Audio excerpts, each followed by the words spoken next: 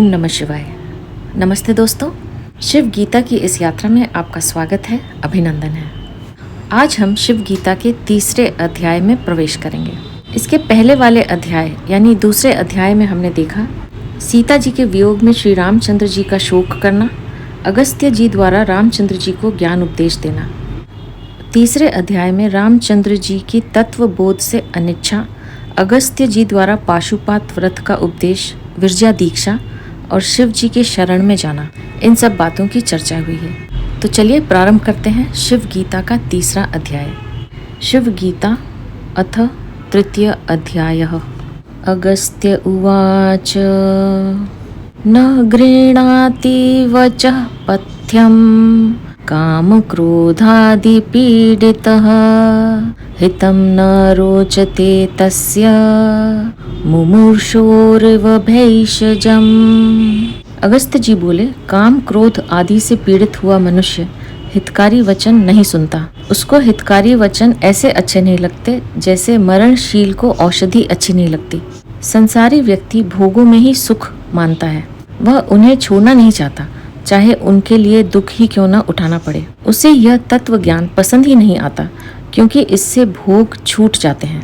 जिस प्रकार मरण आसन व्यक्ति को औषधि अच्छी नहीं लगती, वैसे ही जो व्यक्ति काम क्रोध से पीड़ित है उसे तत्व ज्ञान अच्छा नहीं लगता। मध्ये समुद्रम या नीता सीता दैत्येन मायिना आयास्यति नरश्रेष्ठ सा कथम तव सन्निधम। सीता जी को मायावी दैत्य सागर के बीच में ले गया है।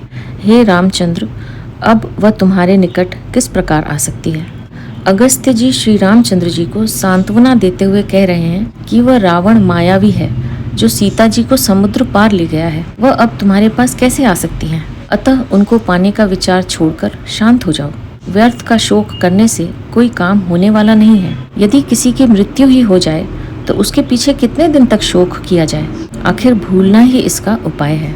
बध्यन्ते देवताः सर्वा द्वारि मर्कटयूथवत् किं च चामरधारिण्यो यस्य सन्ति सुरांगनाः भुङ्क्ते त्रिलोकीमखिलां यः शम्भुवरद अर्पितः निष्कण्टकं तस्य जयः कथम तव भविष्यति। जिसके द्वार पर वानरों के यूथों के समान सब देवता बांध लिए गए हैं, जो शिवजी के वर से गर्वित होकर संपूर्ण त्रिलोक को भोगता है और भय से रहित है, उसे तुम कैसे जीतोगे।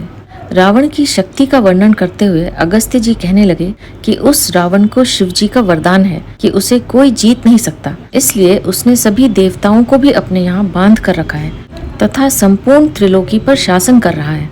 अतः तुम अकेले उसे किस प्रकार जीत सकते हो। इंद्रजित् नाम पुत्रो यस्तस्यास्ति शवरोधतः तस्याग्ने संगरे देवा बहुवारं पलायिताः। इसका पुत्र इंद्रजीत भी शिवजी के वरदान से गर्वित है। उसके समक्ष देवता संग्राम में बहुत बार पलायन कर चुके हैं। रावण का पुत्र इंद्रजीत भी शिवजी के वरदान से गर्वित है। ये देवता भी उसके सामने से कई बार भाग गए थे। कुंभकर्ण आहवयो भ्राता यस्यास्ति सुरसूरदनः अन्यो दिव्यास्त्रं संयुक्त चिरंजीवी विभीषणः। देवताओं को भय देने वाला जिसका भाई कुंभकर्ण बड़ा भयंकर है और अनेक प्रकार के दिव्य अस्त्र धारण करने वाला चिरंजीवी विभीषण भी है। रावण का भाई कुंभकर्ण भी बड़ा भयंकर योद्धा है तथा विभीषण के पास भी कई दिव्य अस्त्र हैं। तुम इन सब से कैसे लड़ सकते हो। दुर्गम यस्यास्ति लंकाख्यम दुर्जयम देवदानवैः चतुरंग बलम यस्य वर्तते कोटि संख्यया। देव और दानवों को दुर्गम जिसका लंका नामक दुर्ग है और करोड़ों जिसके यहाँ चतुरंगिणी सेना है। अगस्त्य जी कहते हैं, हे श्री राम, उसका लंका नामक दुर्ग भी ऐसा है जिसमें देवता व दानव कोई भी प्रवेश नहीं कर सकते तथा उसकी रक्षा के लिए करोड़ों चतुरांगिणी सेना है। फिर वहां तुम कैसे प्रवेश कर सकते हो? एकाकिना त्वया जेयः स कथं नृपनन्दना आकांक्षते करे धर्तुं बालचन्द्रमसं यथा तथा त्वं काममोहेन जयं तस्याभिवाञ्छसि। हे राजन, फिर अकेले तुम उसे कैसे जीतोगे? तुम्हारी यह बात ऐसी है जैसे कोई बालक चंद्रमा को हाथ में लेना चाहे। इसी प्रकार तुम काम से मोहित होकर उसको जीतने की इच्छा करते हो। अगस्त्य जी कहने लगे कि तुम काम के वश में होकर उसको जीतने की बात कर रहे हो, किंतु तुम्हारी यह कामना ऐसी ही है जैसे कोई बालक चंद्रमा को हाथ में लेने की कामना करता है। अतः ऐसे विचारों को छोड़ो और शांत हो जाओ। अगस्त्य जी की इन बातों को सुनकर आइए देखते हैं श्री रामचंद्र जी ने क्या कहा। श्री राम उवाच क्षत्रियो अहं मुनि श्रेष्ठ भार्या मे रक्षसा हृता यदि तं न निहन्याशु जीवने में अस्ति किम फलम। श्री रामचंद्र जी बोले, हे मुनि श्रेष्ठ, मैं क्षत्रिय हूँ और मेरी भार्या राक्षस ने हरण कर ली है। अब मैं उसे न मारूंगा तो मेरा जीने का क्या फल है? श्री रामचंद्र जी कहने लगे कि आप मुझे संन्यास, मुक्ति, मोक्ष आदि की बात कह रहे हैं, मोह, ममता, आसक्ति के त्याग की बातें कह रहे हैं, किंतु मैं क्षत्रिय हूँ। मेरी भार्या को कोई राक्षस, दुष्ट व्यक्ति छल कपट करके हरण करके ले जाए और मैं क्षत्रिय होने से उसे न मारकर यदि शांत होकर बैठ जाऊं तो क्या इस संपूर्ण क्षत्रिय जाति का अपमान नहीं होगा? क्षत्रिय का धर्म ही ऐसे दुष्टों को दंड देना है। यदि किसी पर भी ऐसा अन्याय हो तो भी क्षत्रिय उसकी रक्षा के लिए तैयार रहता है, और यदि कोई क्षत्रिय स्वयं की ही रक्षा नहीं कर सकता तो वह दूसरों की रक्षा कैसे करेगा? क्या क्षत्रिय के लिए यह लज्जाजनक नहीं है कि वह इस समय चुपचाप होकर बैठ जाए? अतस्ते तत्वबोधेन न मे किंचित प्रयोजनम काम क्रोधादयः सर्वे दहन्त्येते तनुम मम। इस कारण तुम्हारे तत्वबोध से मुझे कुछ भी प्रयोजन नहीं है। यह काम क्रोधादिक मेरे शरीर को भस्म किए डालते हैं। श्री रामचंद्र जी कहने लगे कि इस वर्तमान परिस्थिति में दुश्मन से घबराकर उससे भयभीत होकर भाग खड़े होना क्या क्षत्रिय का धर्म है अथवा उसका सामना करना?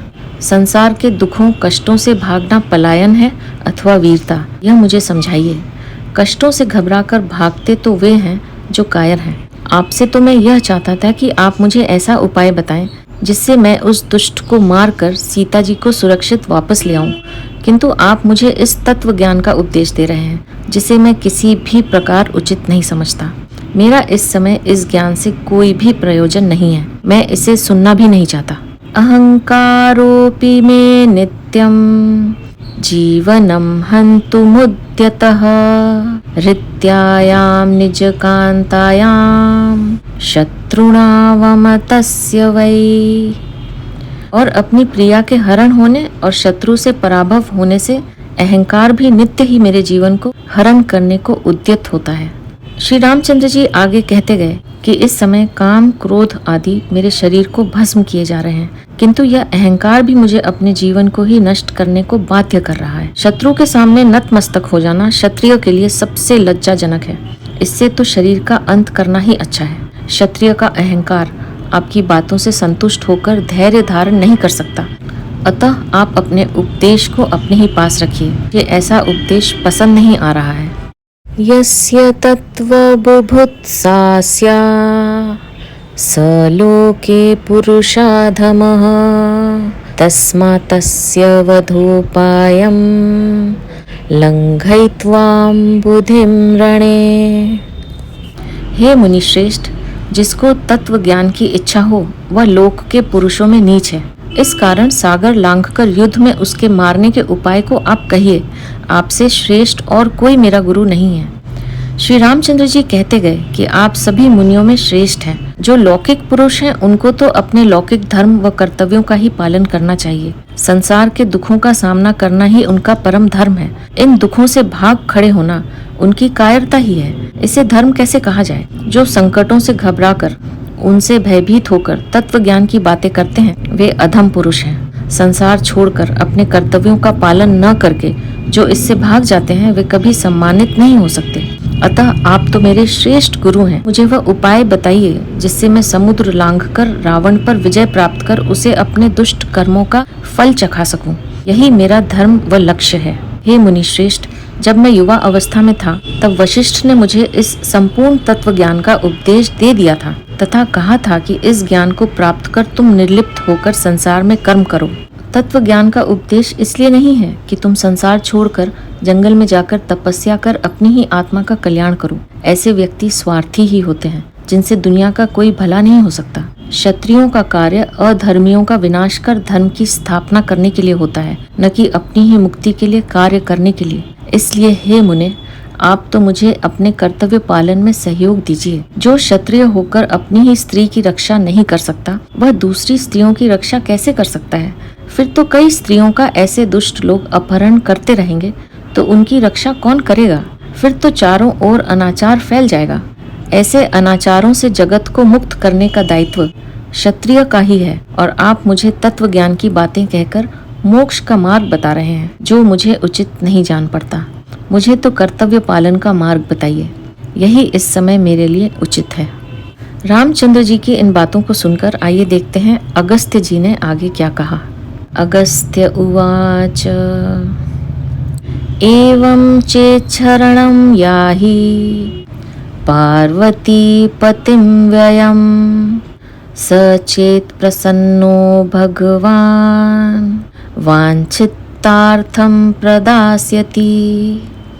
अगस्त्य जी बोले, जो ऐसी इच्छा है तो पार्वती जी के पति शिव अविनाशी की शरण में जाओ, वह भगवान प्रसन्न होकर तुमको मन वांछित फल प्रदान करेंगे। अगस्त्य जी कहने लगे कि मैं तो ज्ञानी हूँ, तुमको केवल ज्ञान का मार्ग बता सकता हूँ।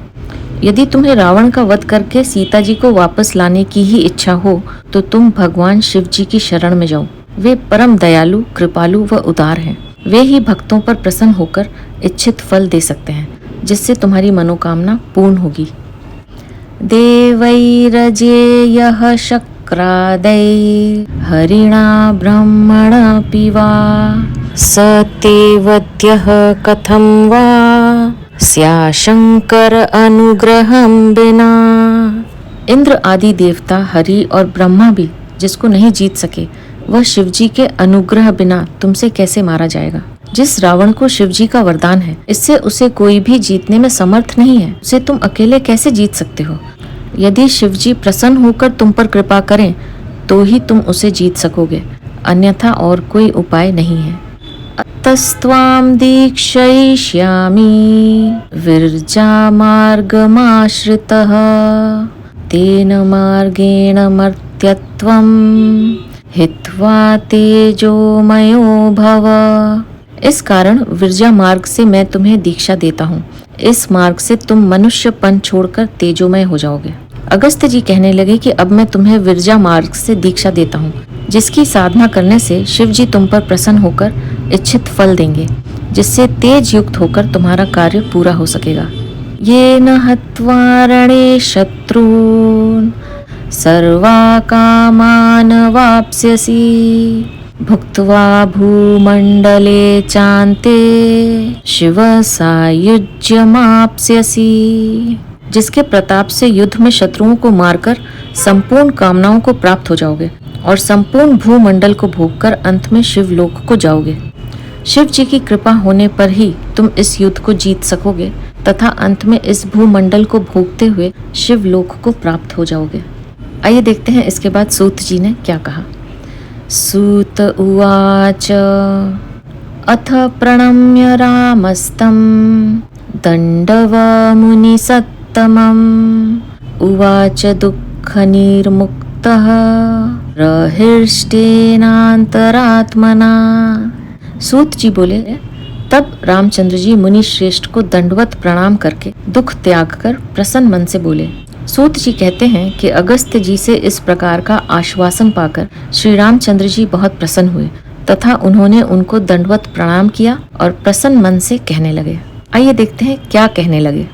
श्रीराम उवाच कृतार्थोह मुने जातो वाञ्छितार्थो ममागतः पीतां बुद्धिः प्रसन्नस्त्वं यदि मे किमु दुर्लभम् अतस्त्वं वीर्जां दीक्षां ब्रूहि मे मुनि सत्तमा। श्री रामचंद्र जी बोले, हे मुने, मैं कृतार्थ हो गया, मेरे कार्य सिद्ध हो गए। जब समुद्र पीने वाले आप मेरे ऊपर प्रसन्न हो तो मुझे क्या दुर्लभ है। इस कारण हे मुनि श्रेष्ठ, आप मुझसे विरजा दीक्षा की विधि कहिए। आइए देखते हैं अगस्त्य जी ने क्या कहा। अगस्त्य उवाच शुक्ल पक्षे चतुर्दश्याम् अष्टम्यां वा विशेषतः एकादश्यां सोमवारे आर्द्रायां वा समारभेत। अगस्त्य जी बोले, शुक्ल पक्ष की 14, अष्टमी या एकादशी, सोमवार अथवा आर्द्रा नक्षत्र में यह कार्य आरंभ करना चाहिए। किसी भी कार्य की सिद्धि के लिए समय पर उसे आरंभ करना ही सुफल देता है। इसलिए अगस्त्य जी इसे आरंभ करने के लिए उपयुक्त शुभ समय बताते हैं कि इसकी साधना इस समय आरंभ करनी चाहिए।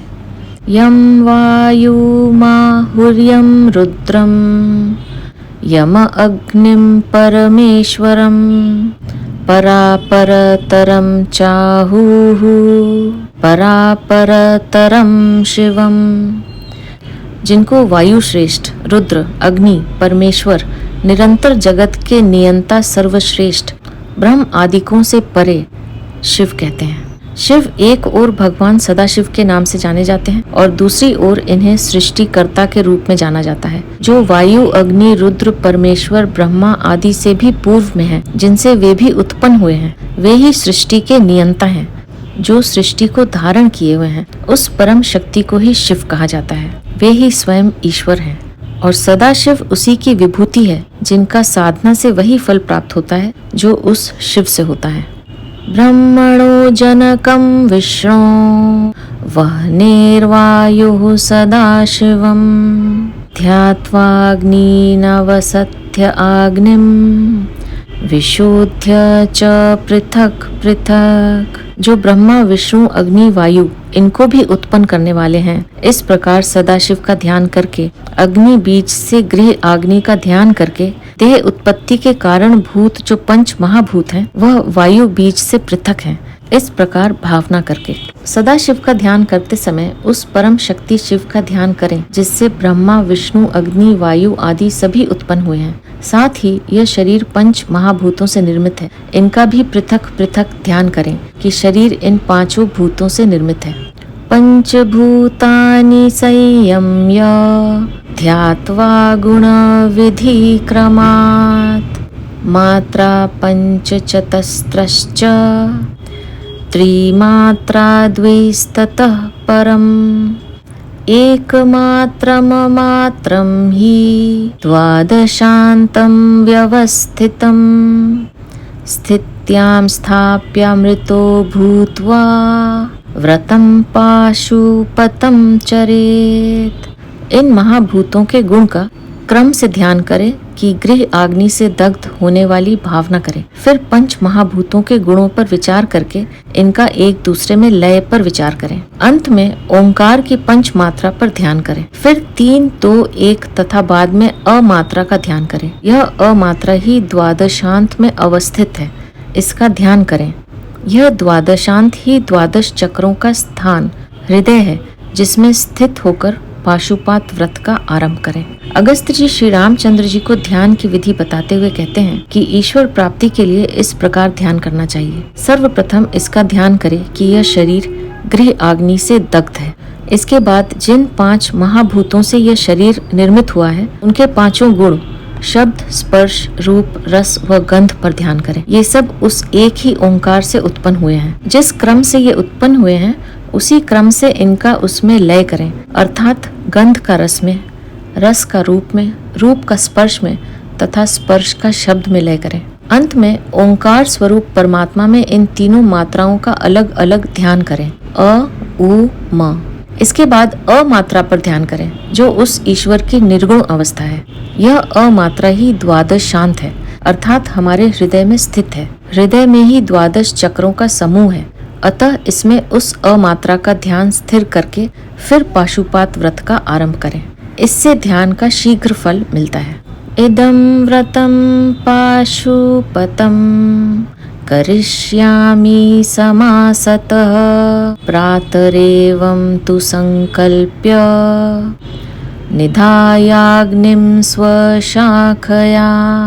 फिर प्रातः काल ही मैं पाशुपत व्रत को करूंगा, ऐसा संक्षेप में संकल्प करके अपनी शाखा तथा गृह सूत्र से अग्नि स्थापन करना। जब पाशुपत व्रत का आरंभ करना हो तो सर्वप्रथम दिन प्रातः काल उसका संकल्प करें कि मैं इसका आरंभ कर रहा हूँ। फिर विधिवत अग्नि स्थापना करना। उपोषितः शुचिः स्नातः शुक्लांबरधरः स्वयं शुक्लयज्ञोपवीतश्च शुक्लमाल्यानुलेपनः।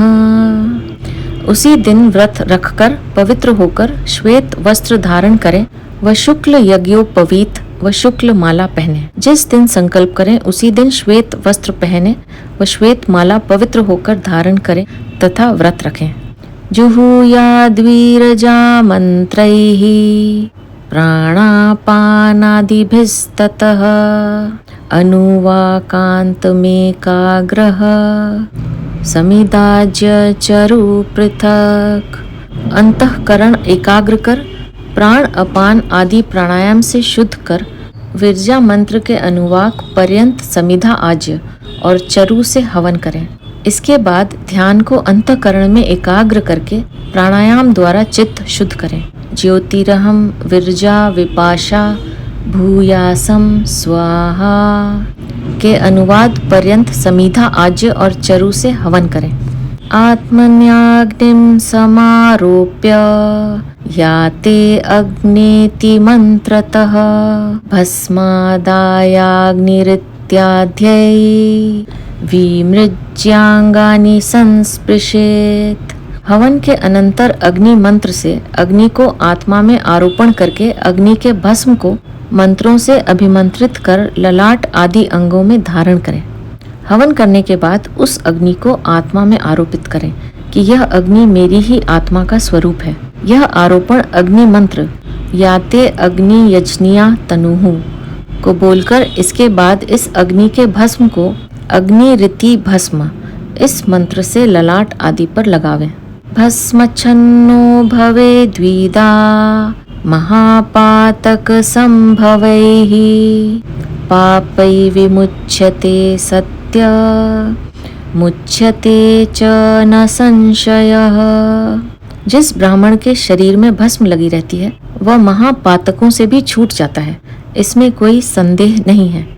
इस प्रकार जो विधिवत हवन करके उस अग्नि को अपनी आत्मा में धारण कर उस यज्ञ की भस्म को ललाट आदि अंगों पर धारण करता है वह महापातकों से भी छूट जाता है।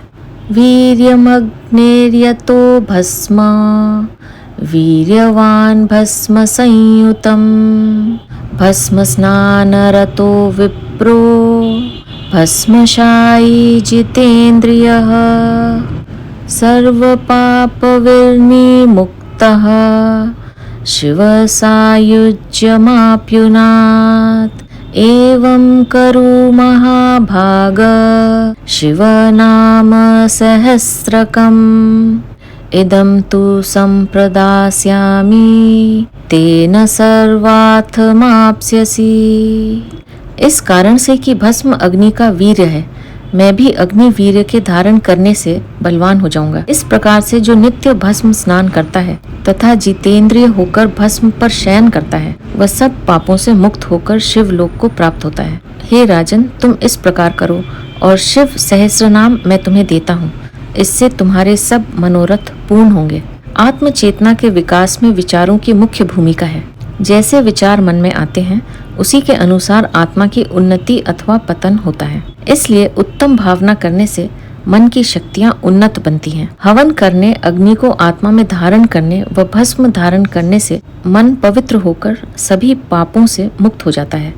मन की पवित्रता ही पाप मुक्ति का उपाय है। आगे सूत जी कहते हैं, सूत उवाच इत्युक्त्वा प्रददौ तस्मै शिवनाम सहस्रकम्। सूत जी बोले, ऐसा कहकर अगस्त्य जी ने श्री रामचंद्र जी को शिव सहस्त्र नाम का उपदेश दिया। सूत जी कहने लगे कि इस प्रकार शिव सहस्त्र नाम की पूरी विधि बताकर उन्होंने श्री रामचंद्र जी को उसे जपने को कहा, जिससे शिव जी प्रसन्न होंगे। वेद साराभिधम नित्यम शिव प्रत्यक्ष कारकम उक्तम च तेन राम त्वम जप नित्यम दिवानिशम। जो कि सब वेदों का सार है, जो शिव जी को प्रत्यक्ष करने वाला है, उसको देकर अगस्त्य जी ने कहा, हे राम, तुम इसे दिन रात जपो। सूत जी ऋषियों से कहने लगे कि इस प्रकार अगस्त्य जी ने श्री रामचंद्र जी को कहा कि इस शिव सहस्त्र नाम को तुम दिन रात जप करो, जिससे शिव जी प्रसन्न होकर तुम्हारे सामने प्रत्यक्ष होंगे। यह नाम सभी वेदों का सार है तथा उत्तम मंत्र है। ततः प्रसन्नो भगवान महापाशुपतास्त्रकं तुभ्यं दास्यति तेन त्वं शत्रु हत्वाप्स्यसि प्रियाम्। तब भगवान शिव प्रसन्न होकर पाशुपत अस्त्र तुमको देंगे, जिससे तुम शत्रुओं को मारकर अपनी प्रिया को प्राप्त करोगे। इस मंत्र के जप से शिव जी प्रसन्न होंगे तथा वे अपना पाशुपत अस्त्र तुमको देंगे। इसी से तुम रावण को मारकर सीता जी को प्राप्त करोगे, अन्यथा उसको मारना तुम्हारे वश में नहीं है। तस्यैव अस्त्रस्य माहात्म्या समुद्रं शोषयिष्यसि संहार काले जगताम अस्त्रं तत् पार्वतीपते। उसी अस्त्र के प्रभाव से तुम सागर को सुखा सकोगे। संहार काल में शिव जी इसी अस्त्र से जगत का संहार करते हैं। अगस्त्य जी कहने लगे कि शिव जी इसी अस्त्र से जगत का संहार करते हैं। तुम भी इस अस्त्र को प्राप्त कर समुद्र को भी सुखा सकते हो तथा उसके पार जाकर रावण का वध कर सकते हो, अन्यथा यह कार्य असंभव है। तद्लाभे दानवानम जयस्तव सुदुर्लभः तस्मा लब्धुं तवेवास्त्रं शरणं याहि शंकरम। उसको बिना प्राप्त किए दानवों से जीत पाना बड़ा दुर्लभ है। इस कारण इस अस्त्र को प्राप्त करने के निमित्त शिव जी की शरण में जाओ। यह पाशुपत अस्त्र किसी देवता के पास नहीं है, केवल शिव जी के पास है। यदि वे प्रसन्न होंगे तो वे इसे तुम्हें दे देंगे, जिससे तुम इन दानवों पर विजय प्राप्त कर सकते हो। अतः किसी अन्य देवता की शरण में जाने की अपेक्षा शिव जी की शरण में जाओ, यही इस समय तुम्हारे हित में है। शिव गीता तृतीय अध्याय समाप्तः। तो यह था शिव गीता का तीसरा अध्याय। अब मैं आपसे आज्ञा लूंगी। हमेशा खुश रहिए, मुस्कुराते रहिए। आपका बहुत बहुत धन्यवाद। ओम नमः शिवाय।